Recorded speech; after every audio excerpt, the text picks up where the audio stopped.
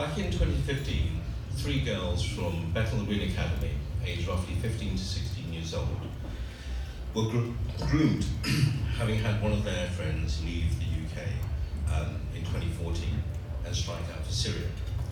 Despite the fact that we had police and the schools looking at what these girls were doing, they managed to, under their noses, escape and make their way across a number of countries and finally into Syria. I was in Finland at the time. I received a phone call from a person who's a friend of mine, a very moral and decent human being, who's given up much of his time to the community. At the time he was working for East London Mosque. And the first question he asked me was, what are you doing right now, where are you? And the second one was, I'm going to ask you something, but you have to say yes. As a person who's never asked anyone of anything, and he was crying, a sea of tears. So I, of course, had to say yes. What is it you want me to do? He said, there are 3 girls, they've gone off to Syria, you have to bring them back. Now, I'm a lawyer, not an international man of mystery, and I was looking at my skill set and drawing a blank, but I'd given my word, really. So I agreed at the very least to meet the families. The families of these girls had no idea whatsoever about the danger that their own children were in. They had no idea whatsoever about the fact of their radicalization, and they had no idea whatsoever about the fact that the girls were being interviewed by police around the loss of their own friend fairly recently. So devastation all around. We worked with the UK authorities, we worked with the police, and we worked with the Turkish authorities as well to try and locate the girls. But unfortunately, they managed to get into Syria by that stage.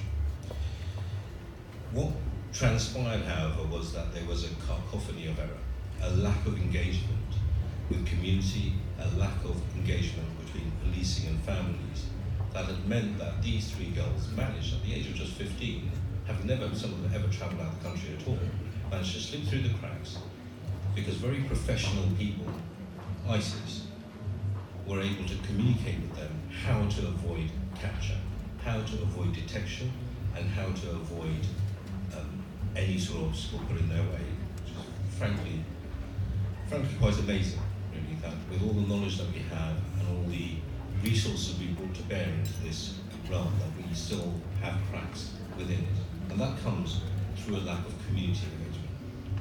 What we then tried to do was to force the girls to try and communicate with their families. Their phones had gone off, they were not interested in communications directly, and what they eventually settled upon was to communicate the idea that the families were going to go after them. So we worked with the Turkish authorities, with the newspapers over there, and we had a Twitter campaign, which was called, Bring the Girls Home. Turkish newspapers managed to push the story out, and media pushed the story out, so that those sort of narratives flipped over into the Syrian side, and the girls eventually called home. None of them were interested in coming back, not at that stage. And we knew that the only way that they were going to come back was through tragedy. When some of them would get married, they would lose their husbands in a war zone, and eventually they'll think about coming home. Contact was maintained. And we managed to get one of the girls, who lost one of her partners at the time, to ring home one day in 2016 and say, I want to come back. The family then contacted us, and we put a team together. We managed to get one other girl not related to this lot back already, and we knew it was possible. That plan was put into place, and again, with the help of the authorities, we were at the end of the phone in Syria, on the border of Turkey and Syria, waiting for a phone call where this girl was going to get into a car, make that journey, and come back home. And our police and our authorities at the time were very willing to take that girl back and have her reintroduced to their family.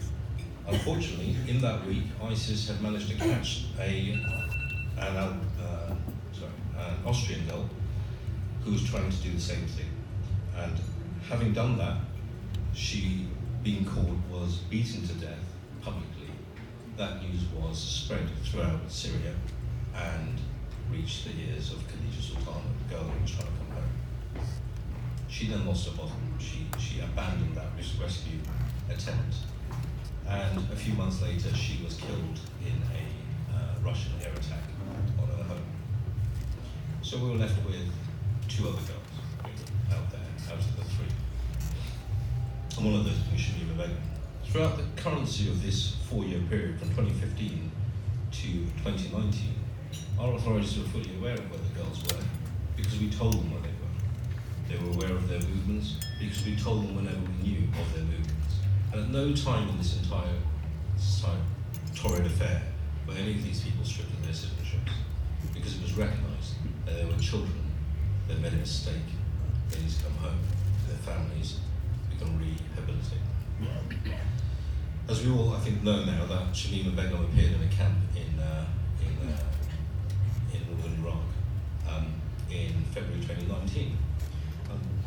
Her two other of my friends were in Baghouz at the time, still alive at that point, really. They had chosen not to come back. They had chosen to make their last stand with ISIS. Shamima, however, wanted to come home. Unfortunately, our then Home Secretary decided to take an opportunity, let's say, in my view anyway, which I've rather publicly said, to use that opportunity to further his career. Really. I don't believe it was anything more heinous than that, just a political opportunity that was used. He stripped her of her citizenship, despite her being a British citizen, having been to no other country other than Syria, and decided to say that actually she was a Bengali citizen, despite having never been to that country. Having been stripped of her citizenship, she was left in legal limbo, with no ability to come home, no ability to go to Bangladesh. The Bangladeshi government quite expeditedly announced that she was not a citizen, as far as they're concerned, and that should she even attempt to enter the jurisdiction of Bangladesh, she would be executed. So instead of taking on our responsibilities for one of our wayward children, what our government, in the personage of Mr. Javid, did was to condemn her and to condemn the people of Syria to have to absorb the costs of dealing with them. As a consequence, she had a baby, and that baby died. There are many others who are out there, who are children, as innocent as her newborn baby. There are at least 60. We've seen Quinton Somerville's report on 3 children, and very happily can say that those 3 children were brought back to the UK, have been reunited with their families, and by all accounts are doing very well. And that is to the credit of whoever it is in our current government made that decision.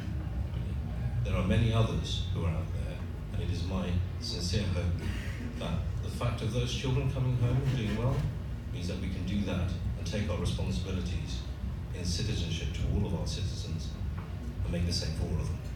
Thank you.